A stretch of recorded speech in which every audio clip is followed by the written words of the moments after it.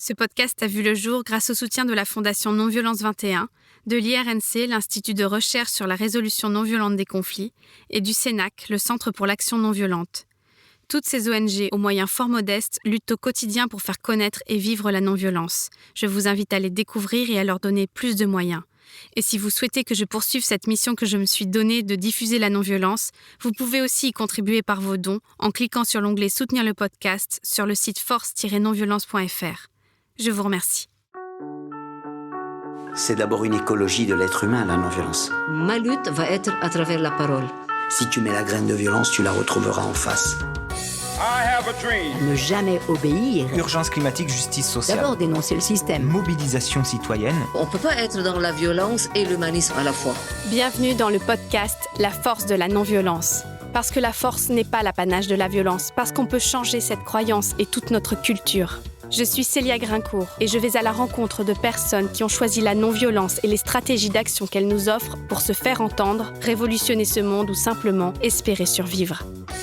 Être en colère, c'est la bonne santé, vous savez. Désobéissance civile de masse. Dans le changement politique, on n'a pas le droit de rester amateur. C'est une question de vie ou de mort. Il nous faut des armes d'instruction massive. C'est une lutte. Donc l'empathie est le levain de la non-violence. C'est ça notre espoir. Le droit à la non-violence. Le droit à la non-violence éducative. I still have a dream. Ahimsa. J'avoue que j'ai vécu. Je veux vivre dans un monde où les êtres seront seulement humains, sans autre titre que celui-ci, sans être obsédés par une règle, par un mot, par une étiquette. Je veux qu'on puisse entrer dans toutes les églises, dans toutes les imprimeries. Je ne veux plus que quiconque fuit en gondole, que quiconque soit poursuivi par des motos. Je veux que l'immense majorité, la seule majorité, tout le monde, puisse parler, lire, écouter, s'épanouir. J'ai choisi Pablo Neruda pour introduire mon invité, parce qu'il a vécu, lui aussi, et a beaucoup à nous apprendre, et pour cette même persévérance à vivre et agir selon un idéal, son idéal. Étienne Gaudinot est un militant de la première heure, alors même que la non-violence était un concept totalement inconnu. Il a vu et participé à la création des plus grandes associations françaises laïques consacrées à la non-violence. Le Mouvement pour une alternative non-violente, l'IRNC et Non-Violence 21. Intéressé depuis toujours par les questions de défense civile, il profite de la retraite pour se consacrer au combat pour le désarmement nucléaire, un enjeu majeur toujours ignoré des dirigeants, mais malheureusement aussi des populations. Alors qu'il m'envoie chaque mois les comptes rendus de la vigie citoyenne qu'il effectue avec d'autres bénévoles à propos du centre nucléaire situé à Valduc près de Dijon, alors qu'il est actuellement en procès pour s'être introduit sur ce site, il m'a semblé nécessaire de mettre en lumière son parcours et cette lutte dont nous, citoyens, citoyennes, devrions de toute urgence nous emparer. Étienne Gaudinot, qu'est-ce que c'est pour vous la non-violence ? La non-violence, c'est à la fois un mode de vie respectueux de l'homme, de l'environnement, de la nature, et un mode d'action politique respectueux de l'adversaire, qui n'exclut pas la contrainte ni l'illégalité. Le respect, ça ne veut pas dire qu'on accepte tout l'adversaire, au contraire, on lui rentre dedans pour lui dire ce qui ne va pas. Il faut distinguer la force et la violence. C'est un des apports considérables qu'a fait Jean-Marie Muller de clarifier les concepts. La force qui oblige l'adversaire à céder n'est pas la violence qui le détruit ou qui le meurtrit. Et donc, la non-violence, c'est vraiment développer un rapport de force pour obliger l'adversaire à négocier et à trouver une solution à un conflit. Et donc nous affirmons que pour déraciner la violence, il faut réhabiliter le conflit. Alors vous êtes l'une des figures des mouvements non-violents en France. Comment êtes-vous tombé dans le bain de la non-violence ? C'est tout simple. À l'âge de 22 ans, je devais faire un choix sur le service militaire. Je me voyais mal à la caserne. Et donc j'ai fait le choix de l'objection de conscience. Alors, qu'est-ce que c'est l'objection de conscience ? À l'époque où il y avait un service militaire, c'était 2 ans de service civil. Et moi, j'ai fait le choix de travailler dans une petite asso qui s'appelait l'Association des Amis des Circos, qui éditait une petite gazette qui s'appelait Combat non-violent. Et mon objectif, c'était de travailler sur les alternatives à la défense, puisque je refusais l'armée, mais je ne refusais pas le principe d'une défense de la société et de la démocratie. À la fin du service civil, Jean-Marie Muller m'a contacté au moment où il envisageait de créer le MAN, le Mouvement pour une alternative non violente. Donc j'ai été parmi les cofondateurs de ce mouvement qui avait pour objectif de sortir la non-violence de son cadre confessionnel, où elle était jusque-là, avec l'Arche de Lanza del Vasto et avec le MIR, le Mouvement international de la réconciliation. Nous voulions quelque chose de non confessionnel et avec une vision clairement politique. Et puis, 10 ans après, s'est créé l'IRNC, l'Institut de recherche sur la résolution non violente des conflits. Donc je me suis impliqué pas mal dans le premier colloque qui a eu lieu à Strasbourg sur les stratégies civiles de défense. Et je suis resté à l'IRNC depuis ce temps-là. J'ai été 10 ans président, aujourd'hui je suis vice-président et je reste très impliqué notamment dans le site internet. Une de mes activités qui ne me prend pas beaucoup de temps mais qui me tient à cœur, c'est celle de président du Fonds de dotation pour une culture de non-violence. C'est une sorte de fondation qui a été créée par l'association Non-Violence 21 pour financer des projets non-violents, d'intervention civile de paix, de formation. Donc j'appelle tous vos auditeurs à réfléchir à ce qu'ils vont faire d'une partie de leurs biens. Vraiment, les mouvements non-violents ont aussi besoin de moyens. Avec vous, j'ai l'impression de plonger au cœur de l'histoire de la non-violence en France. Alors, est-ce que vous accepteriez qu'on se promène un peu le long de vos souvenirs en s'arrêtant sur les rencontres importantes ? Oui. Une de mes premières rencontres, ça a été celle de Jo Pironnet, qui était compagnon de l'Arche de Lanza del Vasto. Il est venu à Nancy, au café de l'Excel, près de la gare, en 1972, pour une conférence, et il m'a beaucoup impressionné. Il roulait les airs et il disait « Notre civilisation est avancée ». On dit aussi de la viande qu'elle est avancée. Ou encore, il disait « Si vous ne voulez pas mourir pour quelque chose, eh ben, vous mourrez pour rien ». Et alors, je me suis dit, voilà quelqu'un qui sait où sont ses valeurs et ses priorités, et ça m'a beaucoup marqué. Je me dis, voilà, c'est des gens qui ont une colonne vertébrale. Donc, il faisait partie de l'Arche de Lanza del Vasto. Déjà, qu'est-ce que c'est l'Arche ? Alors, l'Arche de Lanza, ça a été créé par Lanza del Vasto, qui était un homme qui a été rencontré Gandhi en 1936, qui a passé une année près de Gandhi, qui a écrit alors le Pèlerinage aux sources, qui a eu un grand succès à l'époque, et puis qui, après la guerre, a créé des communautés de l'Arche, d'abord à Bolène, et puis ensuite à la Borinoble, pas loin du Larzac d'ailleurs. Et il a eu une forte influence justement sur le mouvement des paysans du Larzac. Lanza a été jeûné 15 jours pour soutenir les paysans du Larzac et pour les engager à rester dans la non-violence. Et c'est ce qui a fait leur force. Et donc Jo Pironnet faisait partie de ce mouvement ? Alors Jo Pironnet a été un pilier de ce qu'on appelait l'action civique non-violente pendant la guerre d'Algérie. Donc, il se battait contre les internements abusifs, contre la torture. Donc, cette rencontre a été importante. Du coup, vous lui avez parlé à la suite de cette conférence ? Non.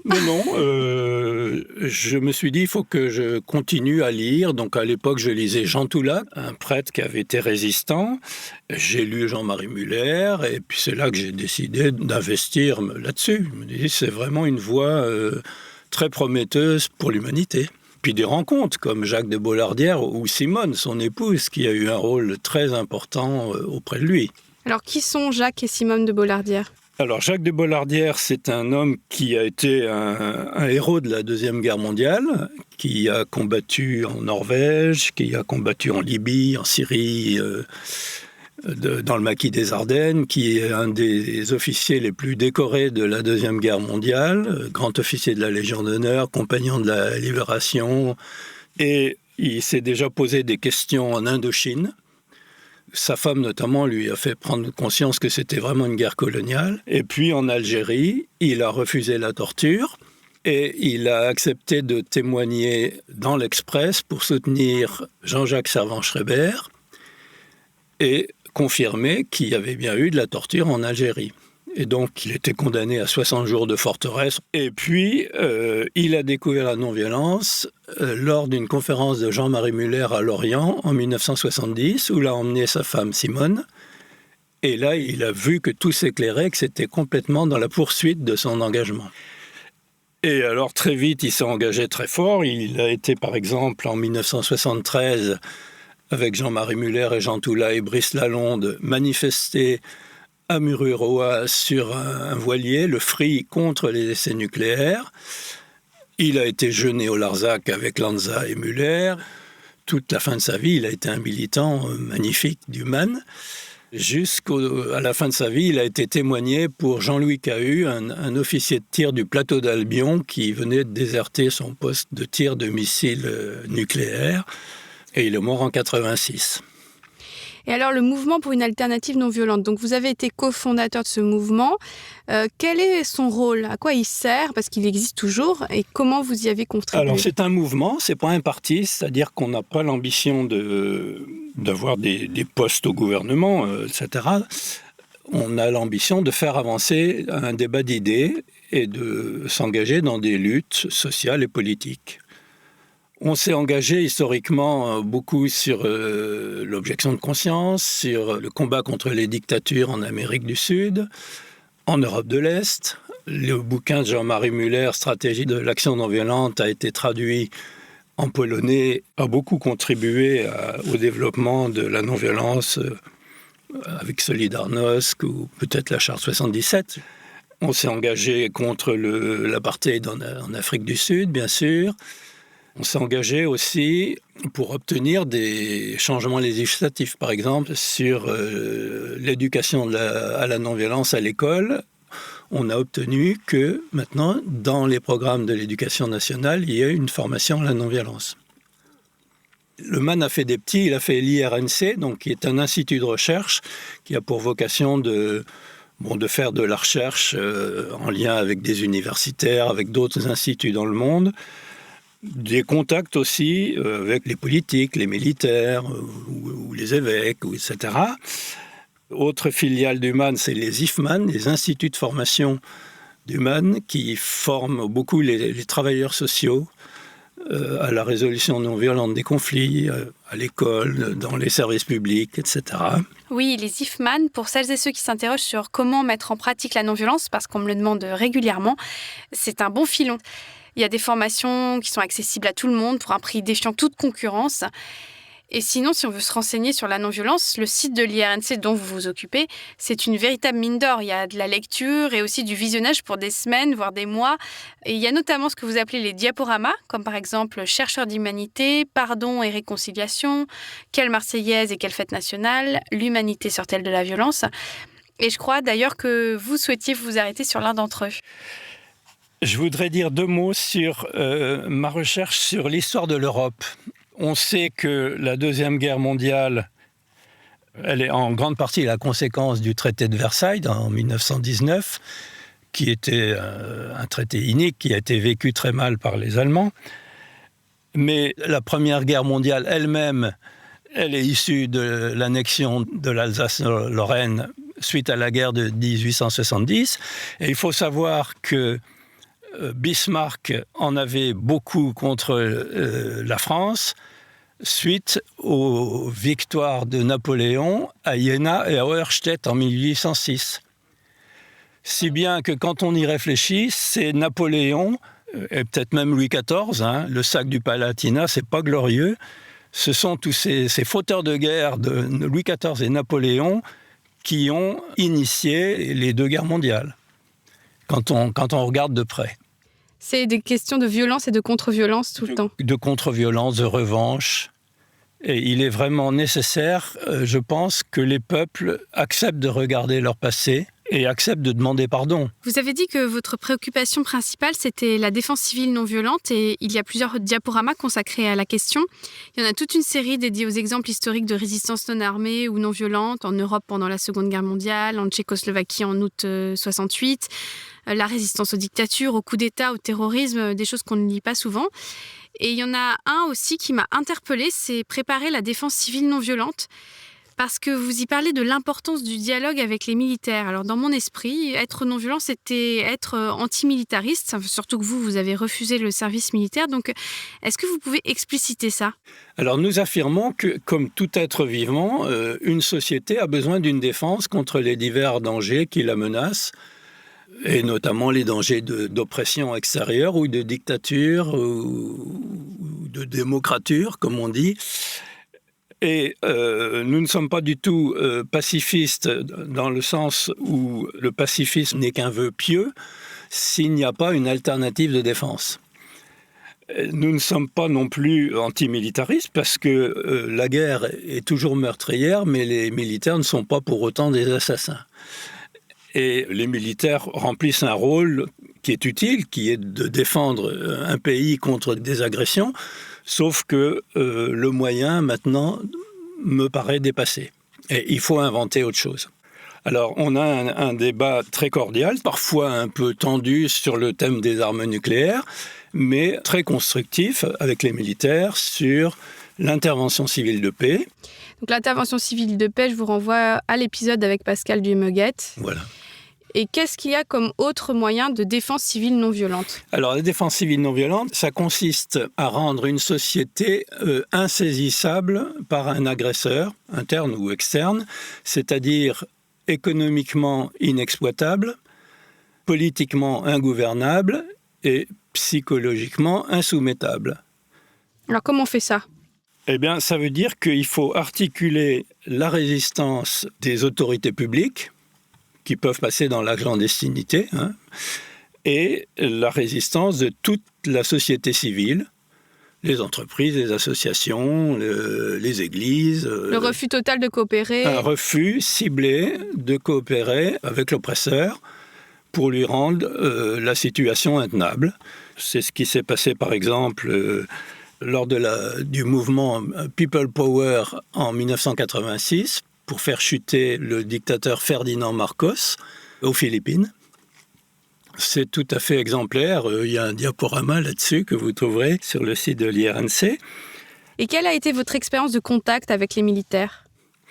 Alors, il y a eu plusieurs types de contacts. Dans les années 90-2000, nous rencontrions le SGDN, le Secrétariat général de la Défense nationale, le général Mouton, le général de Quercy, par exemple, qui était très intéressé par nos recherches.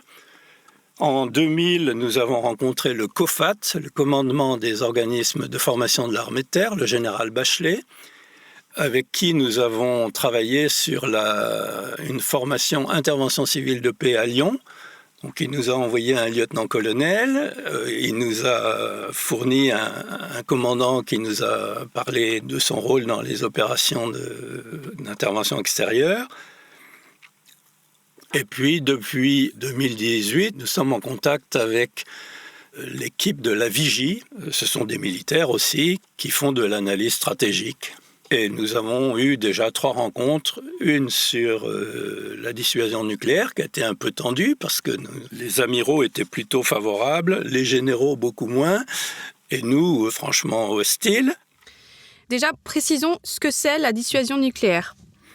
La dissuasion nucléaire, ça consiste à menacer un adversaire potentiel de lui infliger des représailles terribles s'il s'en prenait à nos intérêts vitaux.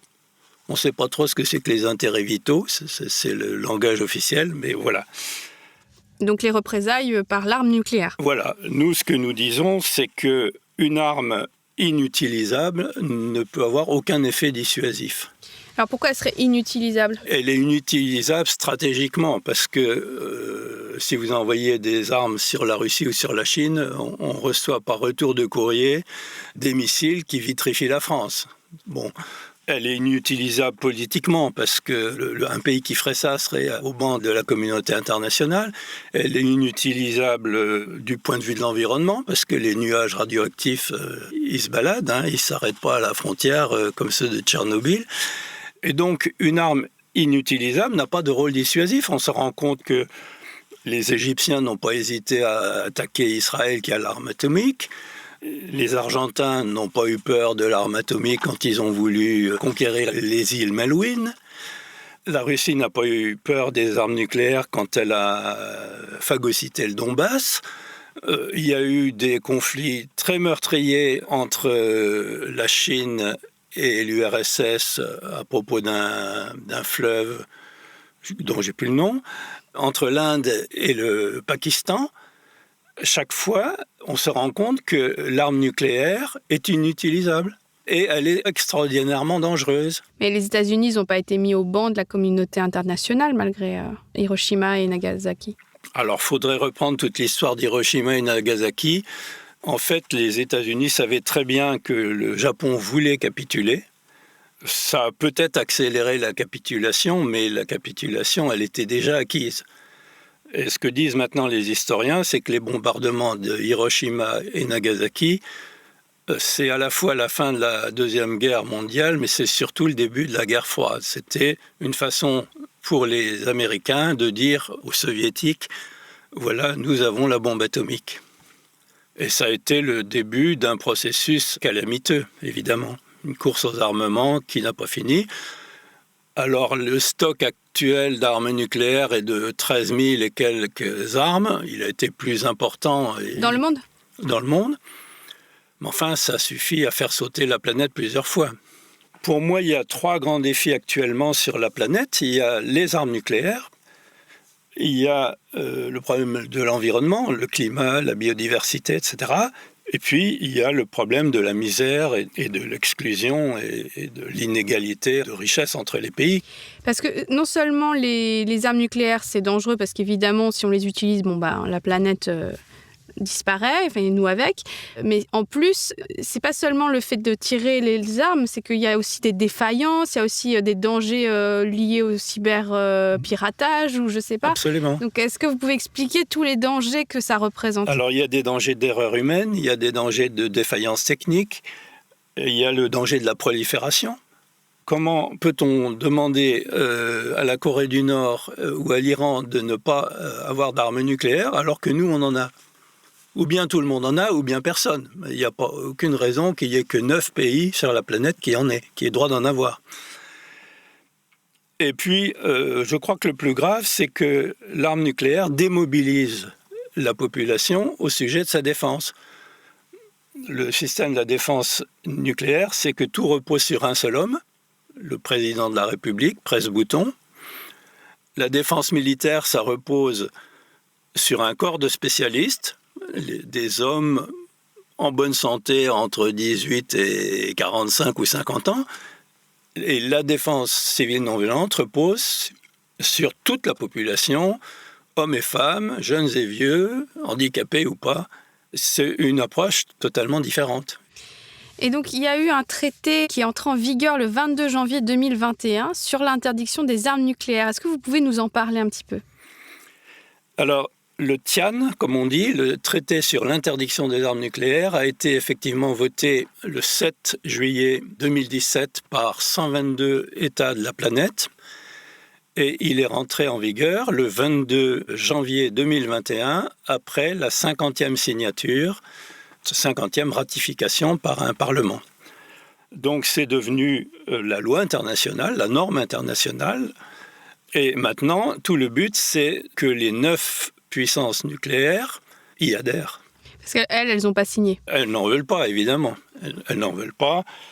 Et nous pensons que la France et le Royaume-Uni sont les 2 puissances nucléaires qui sont les mieux placées pour initier un mouvement de désarmement. Et comment nous, citoyens, nous pouvons soutenir ce traité ?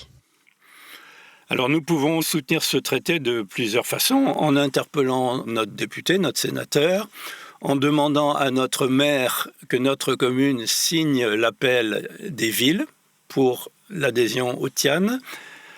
Nous pouvons demander à notre banque de ne plus financer les industries liées à l'armement nucléaire. Sur le site des Amis de la Terre, par exemple, vous avez un guide qui vous indique les banques qui coopèrent avec l'armement nucléaire et celles qui n'en veulent plus. Alors, vous êtes membre du collectif Bourgogne-Franche-Comté pour l'abolition des armes nucléaires qui s'inscrit dans la campagne internationale pour abolir les armes nucléaires, ICAN en anglais, donc oui. Qui a eu le prix Nobel de la paix en 2017, oui. Cette organisation. Vous êtes engagé dans le combat pour le désarmement nucléaire. Pourquoi? Je crois qu'on comprend à peu près. Quelles sont vos actions actuellement? Alors moi, je suis arrivé à Dijon en 2018 et il y avait déjà eu des actions depuis 2014. Une première lettre au directeur du CEA de Val-Duc pour le rencontrer et pour évoquer les risques de pollution au tritium et la nécessité d'une reconversion à court ou moyen terme.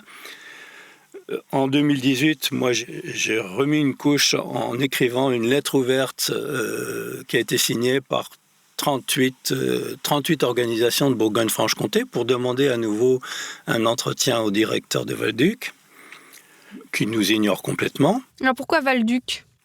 Alors Val-Duc, c'est un centre qui se situe à 40 km de Dijon, un centre du CEA, donc Commissariat à l'énergie atomique et aux énergies alternatives.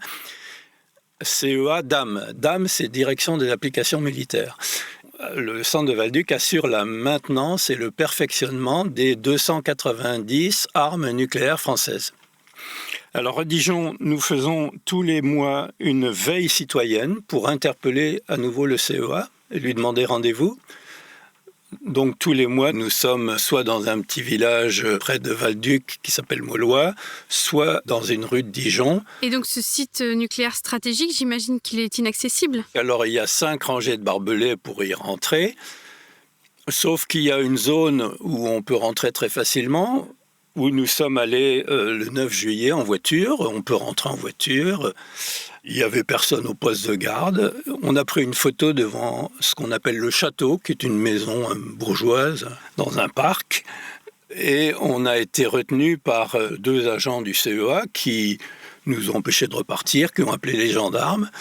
Et donc on a été auditionné le lendemain à la gendarmerie d'Is-sur-Tille, qui ont appelé le parquet de Dijon. Et le parquet leur a dit, vous leur notifiez une inculpation de intrusion en réunion, on était 3, dans un site civil abritant des matières nucléaires. Donc vous êtes inculpé? Donc on est inculpé. Nous allons invoquer le fait que nous sommes des lanceurs d'alerte sur le péril nucléaire et que nous étions en état de nécessité puisque le CEA refuse de nous recevoir depuis 2014 malgré des demandes renouvelées, respectueuses, argumentées, et que donc la seule façon d'entrer en dialogue, c'était d'aller faire une photo dans... Bon, voilà. Ce procès, il va avoir lieu bientôt ou... Alors, il devait avoir lieu le 12 février. Il va être reporté puisque l'avocate n'a pas eu communication du dossier. Et il y a des moyens de vous soutenir? Oui, on peut envoyer une lettre de soutien dont le modèle se trouve sur le site de abolitiondesarmesnucléaires.org. L'appel est lancé. Est-ce que vous voyez des avancées sur ce travail que vous menez pour la défense et pour l'abolition des armes nucléaires?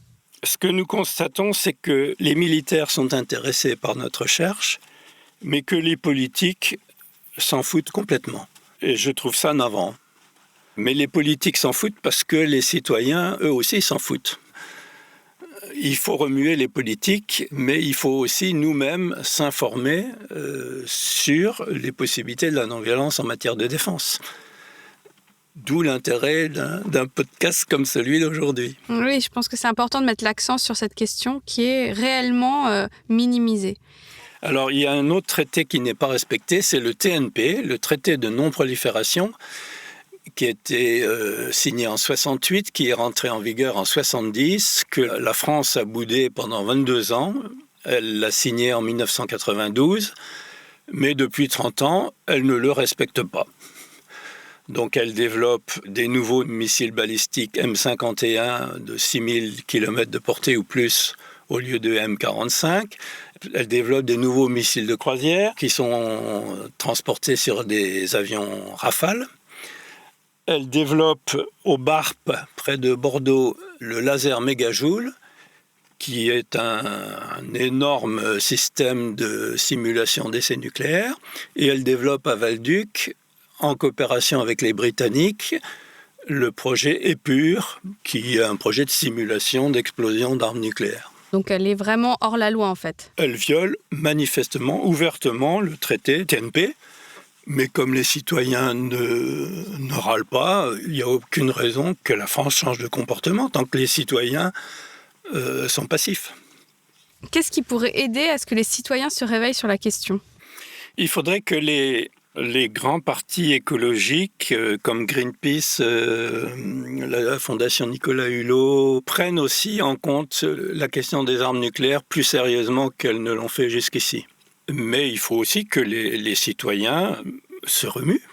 Oui, il y a une forme d'irresponsabilité. Il faudrait aussi que les évêques se remuent. Les évêques américains, les évêques anglicans anglais ont pris position pour l'adhésion au TIAN. Les évêques français, on ne les entend pas. Mais après, les évêques ont-ils encore un poids en France ? Ça, c'est une bonne question. Alors, vous avez coécrit en 2012 un livre avec Laurent Muratet, Un nouveau monde en marche. Bon, avant que cette expression vous soit piquée malencontreusement, dont le sous-titre est « Vers une société non violente, écologique et solidaire ». Alors, c'est un des livres que j'ai dévoré personnellement quand j'ai commencé à m'intéresser à la non-violence parce qu'il est très complet, il y a plein de thèmes qui sont abordés, énormément d'interviews. Ça montre aussi à quel point la non-violence est une culture en elle-même puisqu'elle se décline dans tous les domaines de la vie. Et il y a un gros morceau, et ça m'avait étonnée, je me souviens, consacré aux alternatives économiques, à l'économie en fait. Ce qu'il faut dire, c'est que la réflexion sur les alternatives économiques, elle a plus d'un siècle d'antériorité. L'économie sociale et solidaire est un secteur très important dans l'économie française et occidentale. L'aspect écologique est maintenant, depuis une dizaine d'années, pris aussi en compte dans les alternatives économiques. Mais ce qui manque, à notre avis, c'est une réflexion sur le rôle du conflit dans l'économie. Le conflit, toujours étant conçu ici comme une occasion de progresser, l'entreprise, c'est un nid de conflit entre les actionnaires, les fournisseurs, la commune, l'environnement, les clients. Mais ce conflit peut être résolu intelligemment, de façon très constructive. Et donc, ce que nous demandons, c'est que la philosophie et la stratégie de l'action non violente soient utilisées aussi dans les relations économiques à l'intérieur de l'entreprise et entre les entreprises et entre les continents. Ce qu'il faudrait maintenant, c'est qu'il y ait des colloques, des chaires universitaires pour réfléchir à ce que la non-violence apporte de spécifique dans une économie, en plus de l'écologie, en plus de l'aspect social et solidaire. Est-ce que les monnaies locales, c'est quelque chose aussi que vous défendez ? Je pense qu'elles sont utiles comme complément, mais je ne pense pas qu'elles puissent suppléer à l'euro. Mais pour développer un territoire, je pense que c'est extrêmement intéressant. Alors, vous m'aviez dit que vous aimiez bien le concept d'altercroissance. Alors, je pense qu'effectivement, il faut réfléchir à ce que j'appelle l'altercroissance, qui n'est pas la décroissance et qui n'est pas la croissance. La croissance telle que nous la connaissons, c'est catastrophique, ça malmène les hommes et la planète. La décroissance ne me semble pas recevable dans l'opinion publique. D'ailleurs, la vie est un processus de croissance et pas de décroissance. Donc je pense qu'il faut parler plutôt d'altercroissance parce qu'il y a des tas de secteurs qui sont appelés à se développer. L'éducation, l'agriculture biologique, les transports verts. Donc il y a beaucoup de croissance intelligente et non polluante à imaginer. Mais oui, mais alors l'économie telle qu'on la connaît, l'économie néolibérale, c'est quelque chose à abattre ? Oui, de toute façon, elle est condamnée. Maintenant, il faut inventer une économie qui concilie la liberté et la justice. Il faut un minimum de liberté d'entreprendre qui est une saine stimulation, mais en respectant des règles du jeu. Or, actuellement, la concurrence écrase les plus faibles. Ce rééquilibrage peut être institué par l'actionnariat du personnel ou dans des organisations participatives comme les SCIC, les sociétés coopératives d'intérêt collectif, pour produire des biens ou des services d'intérêt collectif au profit d'un territoire ou une filière d'activité. Il y a déjà des entreprises qui font ça ? Oui, bien sûr. Dans le domaine de l'action, le rééquilibrage peut impliquer la grève, mais il passe d'abord par l'action syndicale, la négociation, l'intervention des actionnaires citoyens dans les assemblées générales d'actionnaires. Au niveau macroéconomique, le rééquilibrage entre pauvres et riches, dominants et dominés sur notre planète, passe par des organisations et par des rencontres internationales, des traités. Des ONG comme Oxfam, Via Campesina, Transparency International, des initiatives comme les forums sociaux mondiaux ont pour objectif de promouvoir la justice et le respect de l'environnement dans ces structures et dans ces rencontres. Et puis il y a toutes les possibilités d'action qui sont nombreuses, participation à des conférences internationales, l'action des associations de consommateurs, y compris le boycott, par exemple le BSD, le boycott des investissements sanctions, pour soutenir la lutte non violente du peuple palestinien contre l'occupation militaire israélienne. Il y a aussi toutes les actions internationales contre la dette, contre les paradis fiscaux, contre l'invasion publicitaire, contre l'investissement des banques dans le secteur des énergies fossiles ou nucléaires, contre les exportations d'armes. Alors, je vais lire un passage d'un texte de Gandhi sur l'économie. La véritable économie ne va jamais à l'encontre des principes éthiques les plus élevés, de même que l'éthique véritable, pour mériter son nom, doit être en même temps de la bonne économie.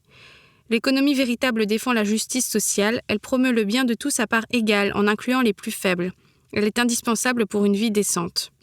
Le fait d'étendre la loi de la non-violence au domaine de l'économie ne signifie rien moins que la prise en considération des valeurs morales pour fixer les règles du commerce international. Ça vous parle ? Tout à fait. Celui qui reprend le plus actuellement cette réflexion de Gandhi, c'est Raja Gopal, l'animateur du mouvement Ekta Parishad, qui défend les petits paysans, les paysans sans terre, les exclus de la planète. C'est un Indien qui a organisé diverses marches. La marche Yanadesh en 2007, la marche Yan Satyagraha en 2012 et la marche Jai Jagat en 2020. Jai Jagat, c'est Victoire pour le monde. Oui, ces marches qui ont pour but de revendiquer une alternative au modèle économique dominant, justement. Le magazine Alternative non violente en a d'ailleurs parlé dans un numéro assez récent. Alors aujourd'hui, Étienne Gaudinot, vous êtes à la retraite, mais très actif, comme on a pu le voir. Est-ce qu'en se retournant sur votre vie, vous vous réjouissez ou vous nourrissez des regrets particuliers ? Je me bats contre l'arme nucléaire depuis 50 ans, bientôt 50 ans, et j'ai l'impression que ça commence seulement à bouger. Avec le Tian, et puis avec tout ce qui se passe du côté de Dijon, là. Mais je constate que la non-violence a quand même fait beaucoup de progrès depuis 50 ans. Elle est devenue crédible, c'est-à-dire digne d'être discutée.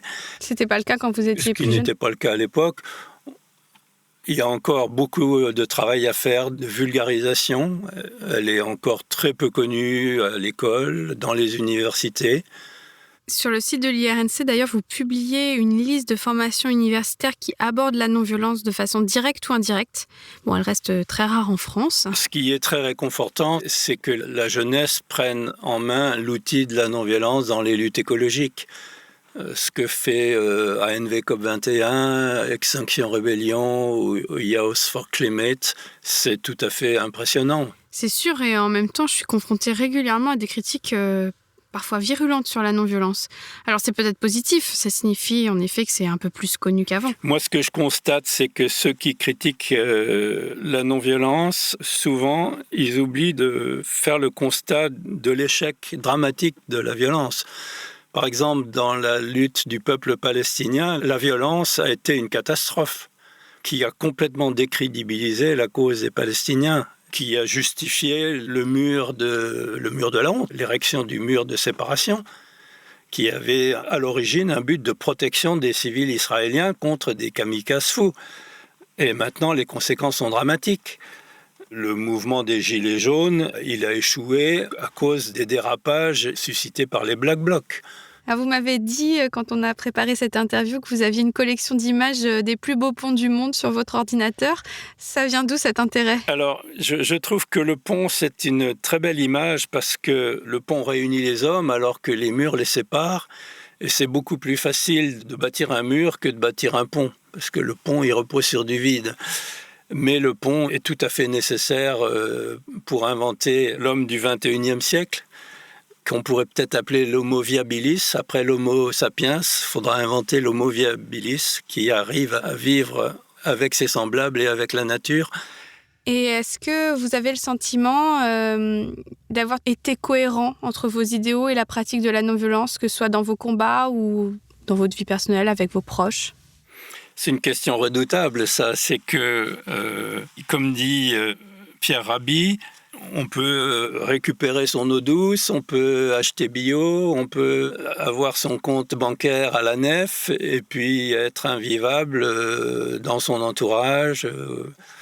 Aldo Capitini disait que la non-violence est une manière de faire qui résulte d'une manière d'être. Le but du jeu, c'est d'articuler la transformation personnelle et le changement sociétal. Mais ça, c'est un chantier toujours ouvert. Pour vous encore ? Pour moi aussi. Merci Étienne Godineau. Avec plaisir. We shall overcome. We shall overcome. We shall overcome someday. Oh, deep in my heart, I do believe we shall overcome someday.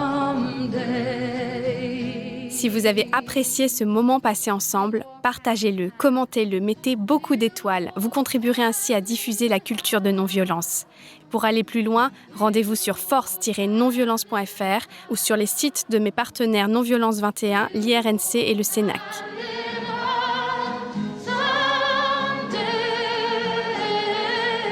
Vous pouvez vous abonner à la revue Alternative Non-Violente, chercher l'association, le domaine, le mouvement qui vous parle, vous former et mettre en pratique la non-violence dans votre quotidien et dans vos combats pour plus de justice dans ce monde. C'est tout ce à quoi j'aspire en créant cette émission. Je réponds avec joie sur les réseaux sociaux et la chaîne YouTube La Force de la Non-Violence. À très bientôt. Ahimsa. The truth will make us free. Truth will make us free. Truth will make us free. Truth will make us free someday. Oh, deep in my heart, I do believe we shall overcome someday.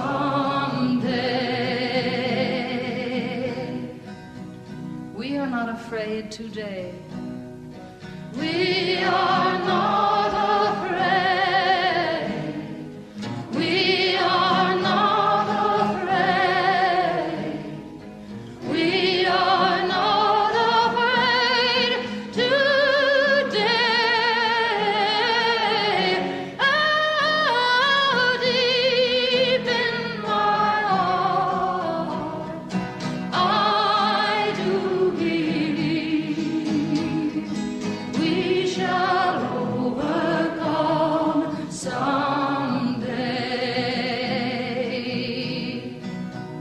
We shall overcome.